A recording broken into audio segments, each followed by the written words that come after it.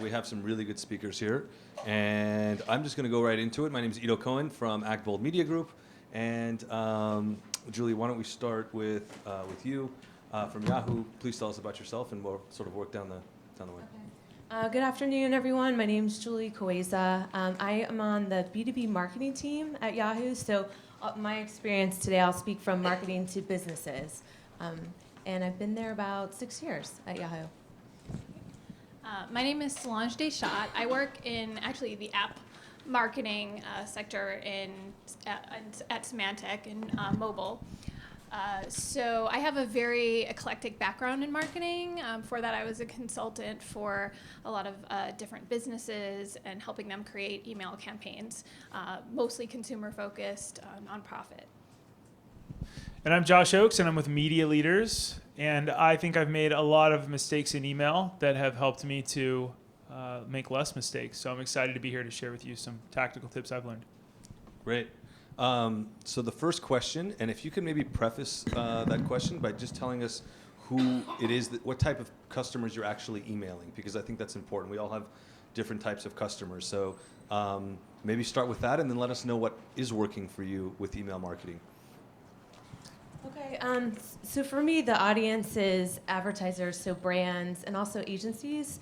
And for us on the B2B marketing side, really our main channels are communications, which email is a key part of. In fact, we have research that says our advertisers, the number one way they want to hear about new product updates, what's going on, is marketing communications, and then followed by sales team. So it's a big channel along with events, just sales support, and then media.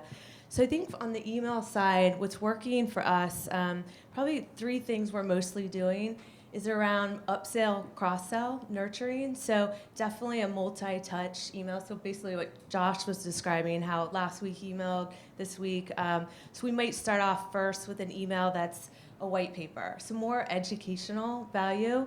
And then from those that clicked on it, we'll send another email that's maybe a video. Again, a little more educational but interactive. And the last, we might then do a direct email. So that's a direct mail, and that's of everyone that listened to the video, saw it. So really a higher touch point, and then we have sales follow up. So that's what does a direct mail look like? That will be more of like the product sell, the product message. So we've kind of seeded it with some educational content, and then we go like more for the product pitch or sell. Is it an actual stamp in the mail? It will be more of like a package of content. There might be a USB we've done with video, or an infographic, something that they can maybe use as well. And just on that same, so with the way when you measure these emails, what metric for you is important to gauge? I know somebody asked open rate, but how do you know if something is working? What's the metric that's important? I think for us, at the end of the day, we're trying to drive revenue. Right. So that's the ultimate metric. And it's hard because, all of our data and everything's not perfect. So a lot of times we'll do just manual matchbacks of everyone on the original list. And then, what's their incremental spend after the campaign. But definitely looking at open rates, click-through rates, as, is the campaign effective? Okay. Solange. Well, I would say when emailing your average consumer, really what's working is taking into account design.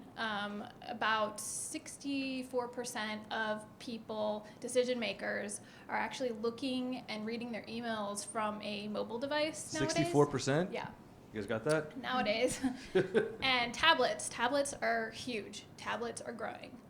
And, pretty much, everyone's going to have a tablet one of these days coming up soon. So I think that, making sure that you have a responsive design for your email is really, really important, and making sure that you have mobile optimized landing pages as well, linking off of those emails. Very vital, because people are going to want to be able to get their information quickly. They're going to want to be able to read that content very easily on a mobile device. So when somebody gets an email onto their mobile phone and they click on it, it should send them to a mobile-friendly page. Yes, absolutely. Cool. And what's your metric? What do you use as your for success? I would say that it would definitely depend on business, since I have worked as a consultant and worked with a lot of different businesses. Mostly I would say definitely click-through rate is in conversions really, really important. Cool. Josh? So the question is, what's working? And also who your audience is. Who my audience is. So I'm going to pick on myself a bit because I think I've switched a lot. And all of you in the room are my customer. You are B2B. You're an agency or you're a huge brand, and you want best practices. MediaLeaders serves businesses and professionals to help them better navigate digital tools and marketing, but it's all around the customer. So in a chapter of my book, Light, Bright, and Polite, a few years ago, because when I ran for politics, I used all the digital tools I could and tested it in my own campaign. I really used a lot of email. And I used to believe very strongly that the right column should be all about your company, and the left column, 70%, 65% should be, okay, here's your message. And that was back when desktop was huge. And over the last 4 years since the political run, that's really changed. And now we're spicing it up. So many of you that RSVP'd for this event, we spice it up. We give you one with a right column with the big, nice, beautiful Digital Growth Summit logo, and we test that. I'm looking at open rates, but what I really care about is click-through rates. Because at the end of the day, I want money, and you're not going to spend money through my email. You're going to put your credit card, your American Express card, into our website. And that's really all I care about. But click-through rates get you closer to that. Open rates is neat. That means you liked my subject line, you kind of know who I am, and you looked at it. But we're switching it up a little bit. We're no longer doing the column on the right as much. What we're finding is working, and many of you that opened the email and clicked something cool, you saw if we were missing any of your data, and we're still getting CRM systems tied in. Infusionsoft is awesome, but we're using a little tool. Sometimes it doesn't transfer. You might have seen something that said, hey, we don't have all of your data, and we want your name badge fully complete. Please click here to update it. And that didn't have a column on it. The click-through rate and the click-through rate on that is much higher when it's just a very short email. Here's what I'm finding that's working. One, it's very short email, and that's what light means. Light, bright, and polite. Light means it's 100 characters or less. And then it's all above the fold whenever it's mobile. It's very close. And above that fold, there is a call to action. And it isn't really long. It's just, you can scroll down, you can say, thanks, Josh, boom. And it's just one link right in the middle. And it says, hey, we don't have all your data. Click here, give the rest of it to us. That's what we're finding that's working. I used to do a lot of columns, and you'll still see some columns, but it's overwhelming. Even if our content is amazing, it's too much. So we've really tried to scale that down. Do you guys find, and maybe we can just images and emails, can we talk a little bit about whether or not those are effective and how to deal with mail clients that don't automatically download images? And just because I know this is off topic, but I know we're talking about what works, and is short text better than something that's visually stunning? Solange, why don't we start with you? Well, I mean, I definitely think it depends on your audience, and if you're going for the average consumer, I would definitely say that having a nice, big graphic, graphic treated text is probably with a link is probably something that works the most. So if you just have and it's easy to kind of scale that to mobile as well as desktop. So I think that's probably the thing that would work the most, instead of just doing plain boring text or some kind of picture graphic. Okay, Julie? Yeah, I agree with Josh and Solange. I mean, what we're seeing is working is typically like the big hero image at the top, and then we use like the call to action button there, and then very short like copy below. So that's generally our practice. Cool. So I don't believe in images in emails. We've tried it, we've tested it. I have I have a red eye tonight, and I'm speaking to hundreds of people tomorrow to teach them email marketing, this very same thing, and show them out of the thousands of emails that we send to you people, because I'm tracking all of your behaviors. We find that if you have a huge image above the fold and it doesn't auto deploy, and Gmail is the #1 email user these days, sorry, love you, but Gmail she's for the Yahoo. Gmail is the #1 user for emails. And Google Apps is used by millions of businesses, and we use Google Apps. We run everything on that. It doesn't auto-download imagery. And I've actually turned my iPhone off so I can turned images off on my iPhone. So the marketer doesn't know now, and us as marketers, we all are in this room, The marketers don't know that I've opened the email because sometimes spammers, they want to know if you open that email, you deploy your image, they go, ooh, it's an active person, I'll keep spamming them. So I don't like that. Second, I want to see what Gmail users are getting. So if I open something and you have a ton of imagery in it and I can't see anything above the fold, I'll delete or I'll unsubscribe because it has nothing to do with me and I don't have time to add it and download it and stuff. So that's a really good question, Ito. But I'm finding that we stray from imagery. And whenever I put that right column in a lot of the emails that we've communicated with you guys, we make sure that the email works perfectly without the imagery. That's why it's only a small image on the right-hand side. Was it one of you guys that when you guys sent the email about the answers that spoke about the meta descriptions for the images? Or was that, okay, so that was maybe from Rachel but I think Rachel had mentioned that she had included images in an email once, and because the images don't download, you see the text of the image in the email, and a designer had put some really nasty curse words in that image before. So it's just something I know that was a blunder that was important. So on that note, maybe you guys could tell me what's not working in email marketing, a common mistake that you've seen in the space, and Julie, why don't we start with you this time?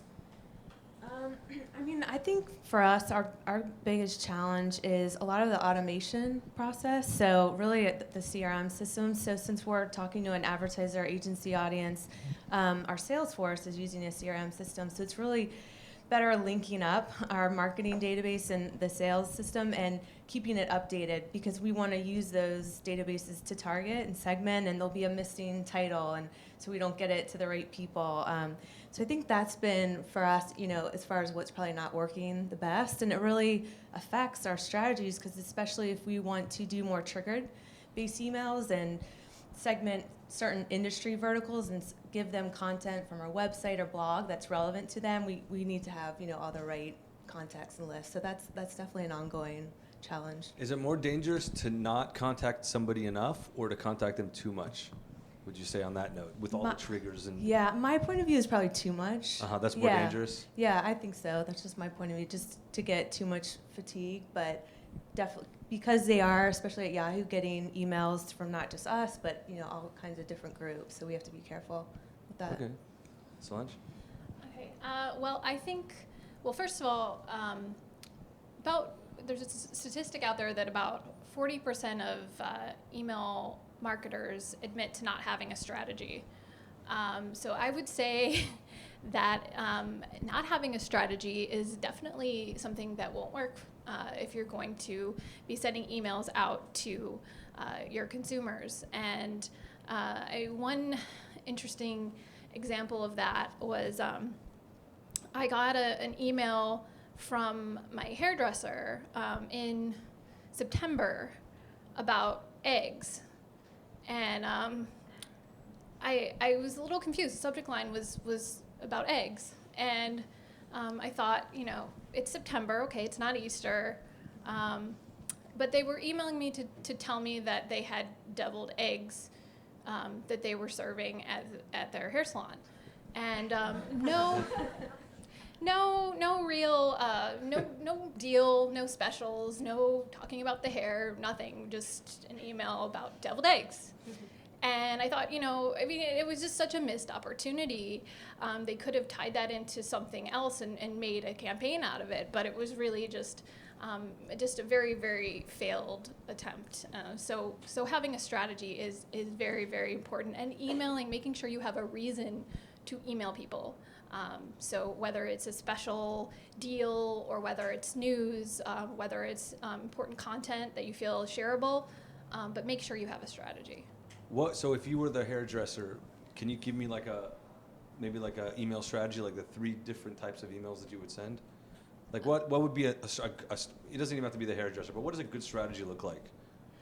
Well, I mean, so a good strategy would have some kind of call to action, obviously. So you would have to, like Josh was saying, what is your end goal? So if your end goal is to get someone to book a haircut with you, show them, link them to maybe some tips on how to, do your hair for, back to school or something, easy back to school hair, and say, you know, we can show you this, and kind of link them to your website, and maybe have an online booking system. You know, things like that, or give them a discount for fall. You know, and I think that having that up front and in the subject line as well is really important to really hook people and get them to click through. Cool. Josh? What's not working? Let me ask you first, actually. When you send an email out to people, do you use first names or last names, or if it's a group? Such a good question. That's always a question that I Can I struggle with. give you guys a couple tactical tips? I'm not going to get fired here because it's so fine.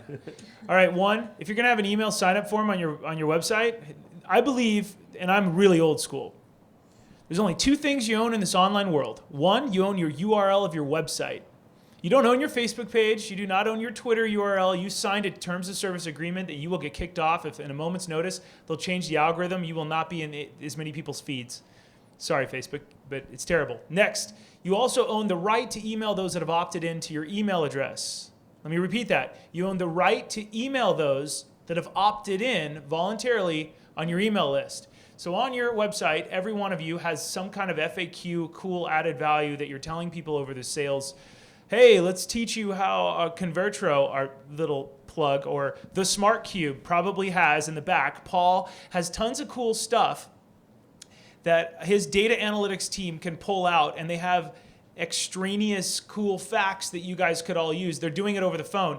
Well, we should all have a little web form that says, do you want the white paper that takes 3 minutes to read that gives you stuff that none of our biggest clients ever have time to read, but it will let you get to where they need to go in 3 minutes or less? People will fill out that. Now, don't just ask for their email and then submit. Get their first name, their email address. The submit button is never submit. It's always send me the report. Something customized, because it's a real person. People don't submit. They say send me the report. Also at the top, you give them a real opt-in. Hey, I want to... send me the report. I can learn in 30 minutes. It's all about them. So you have a reason. You have a first name that you ask for every time. You don't need their last name, their mom's maiden name, their shoe size, and all that other stuff. You just need first name, email, and then a button. And below that, a testimonial. Hey, and sometimes I use Jeff Brown, who's our moderator. Yeah, I loved your book. It was amazing. And I love the free chapter I got when I clicked the give me the free chapter button. Because Jeff, I can use him for free. I pretty much own his likeness. He's awesome. But you see the point. You want to grab those people immediately so that then, to answer Ito's question, you can greet them. And all of you got an email from MediaLeaders saying, Dear Paul, I'm looking forward to seeing you this morning. Here's your parking situation. Paul opens it, he reads it, he goes, wow, Josh is talking right to me. So I do. The answer is yes. I always greet people with first name whenever I can, because it's personalized. We're real people, and I want all of your Amex cards, and I know there's a better chance of me getting your American Express card if I greet you with your first name. Thank you. You're welcome. So we talked a little bit about metrics. So let me move right into the tools category, because I know myself personally, we do our email marketing, and there are so many tools. Who do out you there. use? I happen to use Infusionsoft. Little plug. But there are so many tools out there and so many different metrics that you can use. I do want to know what tools you guys use. We spoke a little bit about metrics. Maybe just touch on that a little bit more and take it away. Julie, you want to start? Sure. So we do everything in-house, but we do work with partners. So we have, first it's the creative, so we'll work internally on the creative. But as far as systems, we work mostly with Cheetah Mail and Aprimo to help deploy. And then, of course, like our own marketing database systems. Are most of the emails that you'll send to your audience, how different are they per user that receives them? That's what we're trying to do more of. So I agree with what Josh said. I think personalization does make a difference, and we're not doing it enough. We are not putting in first name, at least on the B2B side. So probably the versioning that we're testing the most now is by industry vertical. So we might be getting out a message about a product or a program, and we'll vary the messaging in the copy to certain industry categories. So we might send 3 versions of the same email. So that's mostly the versioning we're doing right now. Cool. Solange? Yeah, I mean, I've used the tried and true Constant Contact quite a bit, as well as MailChimp. MailChimp provides a little bit more interactive, responsive mobile design. They also provide A/B testing, so that's really nice, and they integrate well with Google Analytics. I think there are a lot of different tools out there, and it's really it really depends on your target market, and as well as how scalable. You can definitely scale down with some of the smaller services out there, or even go in house. Cool. Josh? Tools. How many of us use MailChimp right now? Raise your hand. Okay, so about 15% of us, 20% of us.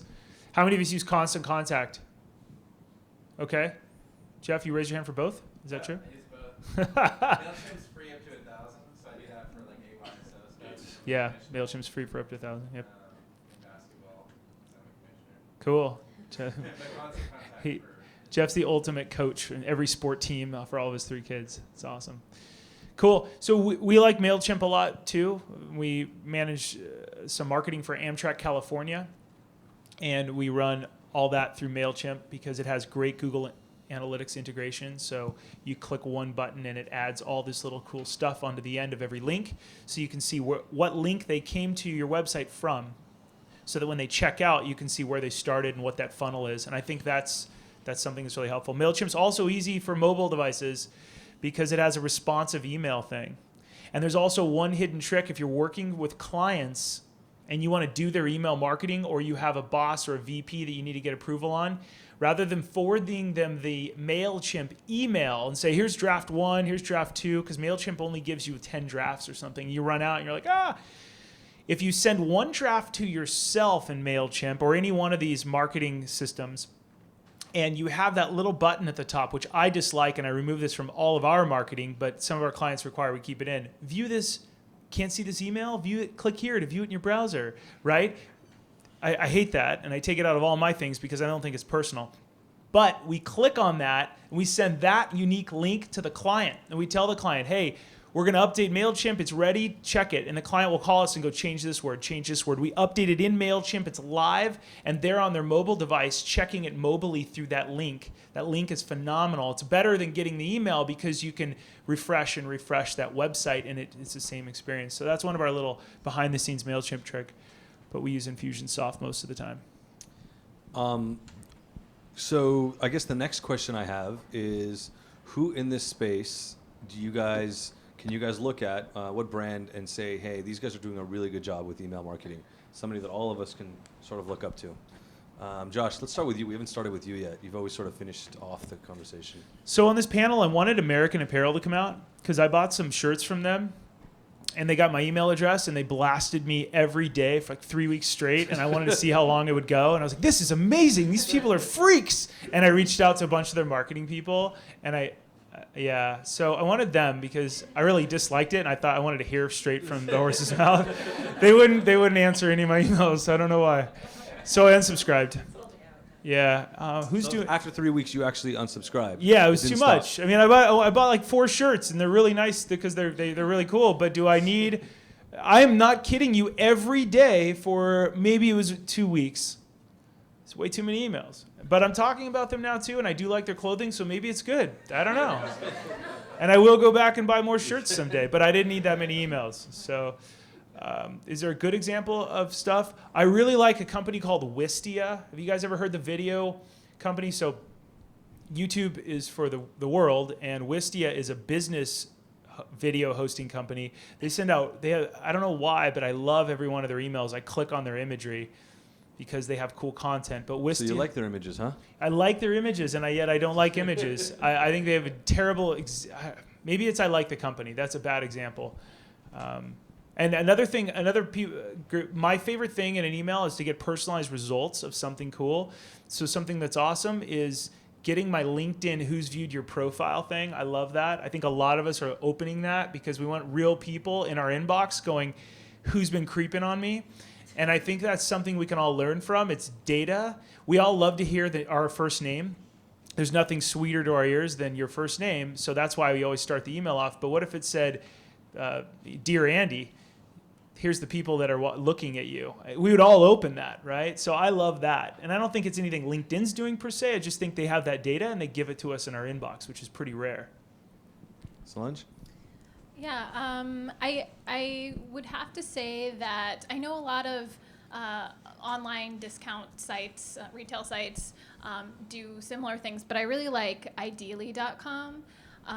They do a lot of emailing, but the nature of the emails that they send, if you buy something from them, they send these VIP special first row sales to you. So it's like this exclusive. You get the first shot at buying, getting these discounts.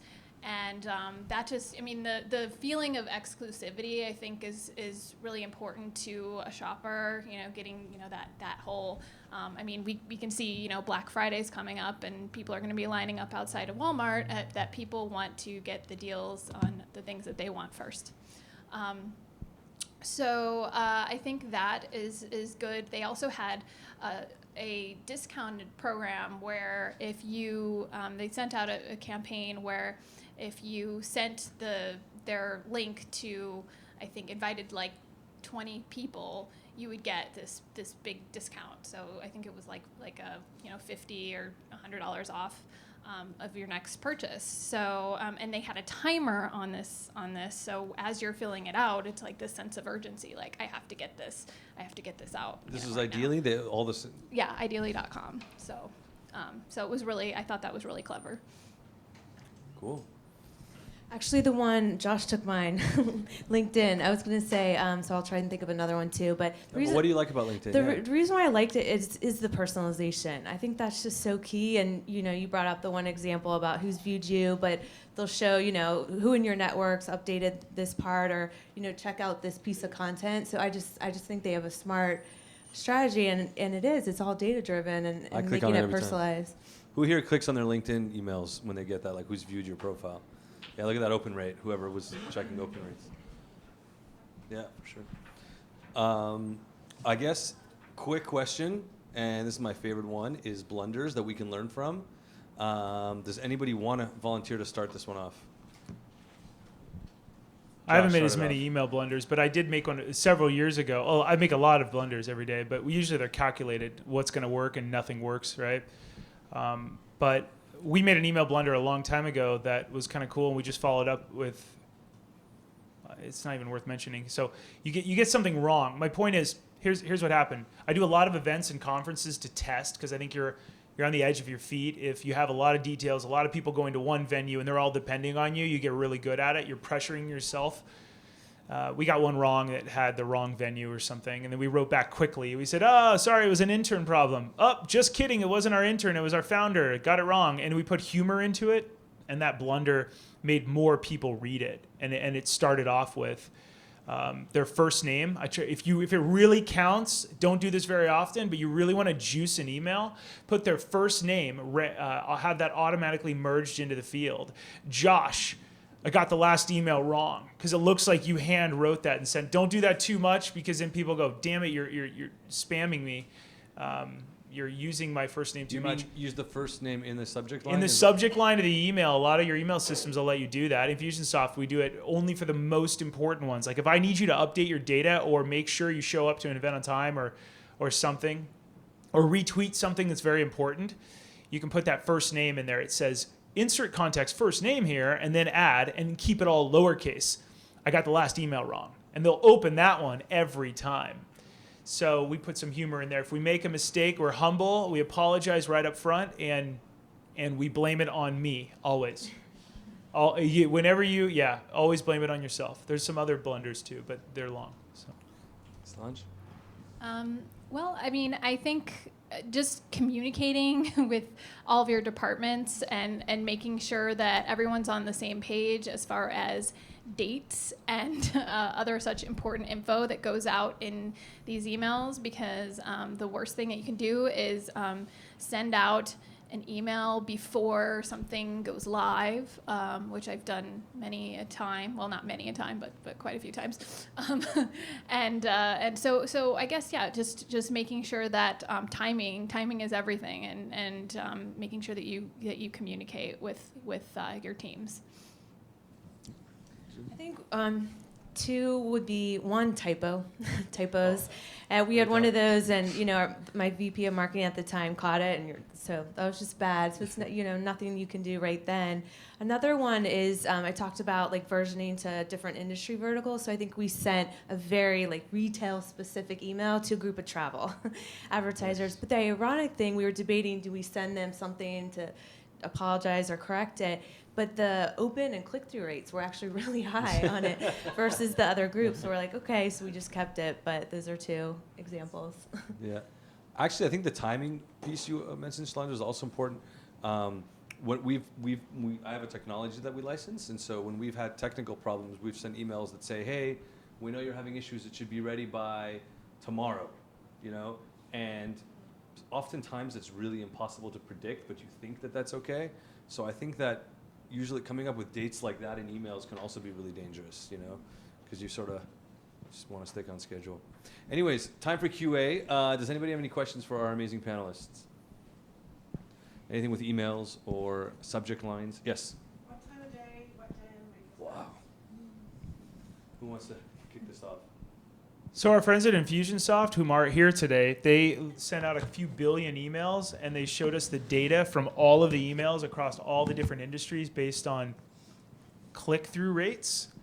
And the worst time of the day, if I can remember correctly, was 9:00 a.m., the worst time of the day to send your email, based on open rate and click-through rate. Now remember, I only care about click-through rate, because open you can't control, and nor can you see in Gmail, because it doesn't always open, but click you can always control. 9 a.m. Eastern or Pacific?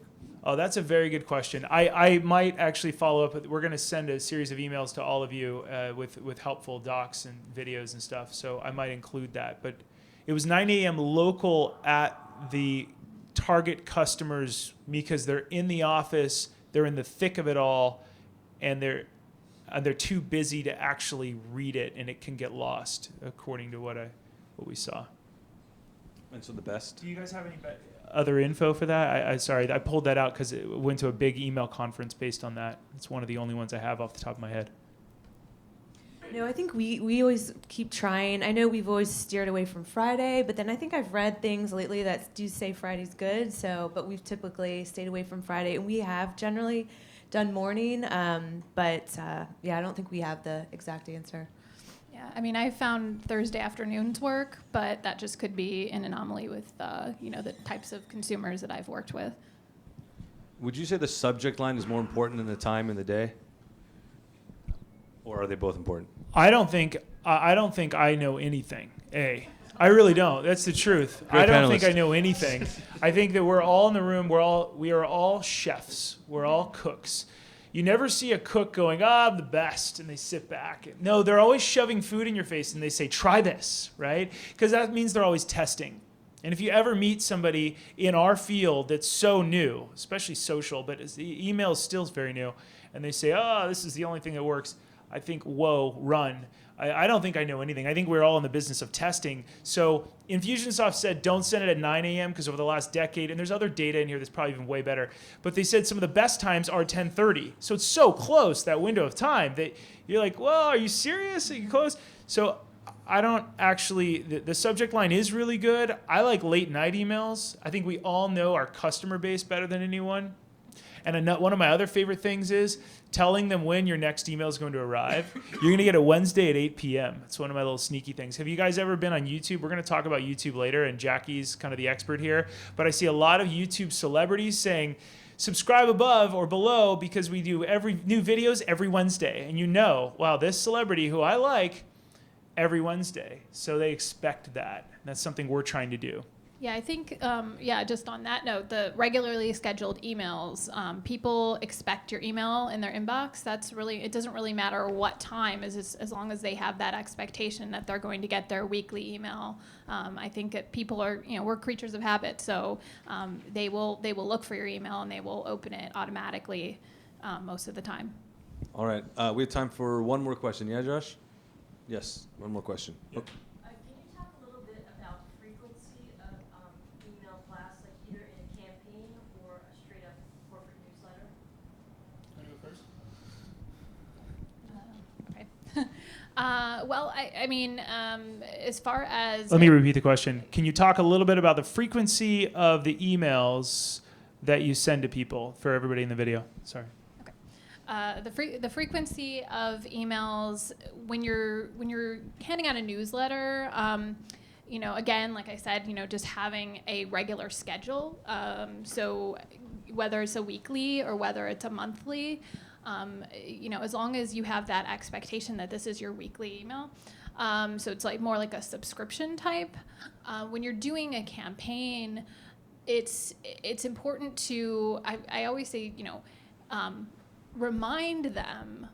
So if it's during a campaign, might want to email them, once a week, just to kind of get, hit them up. But don't do it consistently over time. So make sure you have a time limit on it. So one of my little tricks in consistency is at least once a month, because you need to take care of your list and nurture it and make sure they expect your email in your inbox so that Gmail and all these other technologies know, oh, I'm getting consistent stuff. It's cool. And then also they're used to it. They know who you are. Second, in one of emails, I like to put a little dual links, especially one that says, click here to learn more about this product. Second, click here if you want less emails from us. It's not an unsubscribe.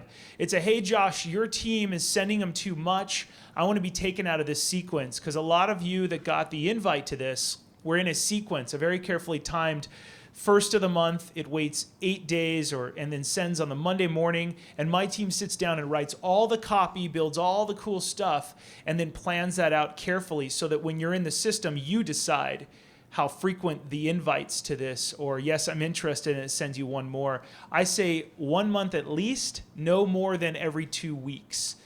Any more than 2 weeks, unless they have requested it, you're in their email inbox too much, and I hear that a lot. I get emails from you all the time, so we've slowed it down. We found it every 2 weeks is good. Every 1 month is at least something, and then we only give really cool data. Usually everybody has really cool data. We tried something last year where we gave away the very tweets that our clients hired us to write that they didn't want to use. They threw away. They're like, we don't like those. So I said, why not give them away? Because I own them. So we actually wrote a blog post and said, here's free tweets, try them for the holidays. Got the most, that type of data. People are like, what? You're giving this away for free? And so that kind of stuff. So no more than every 2 weeks for us, but it's different for everybody. Any other questions? All right, well, how about a round of applause for our panelists? Thank you very much.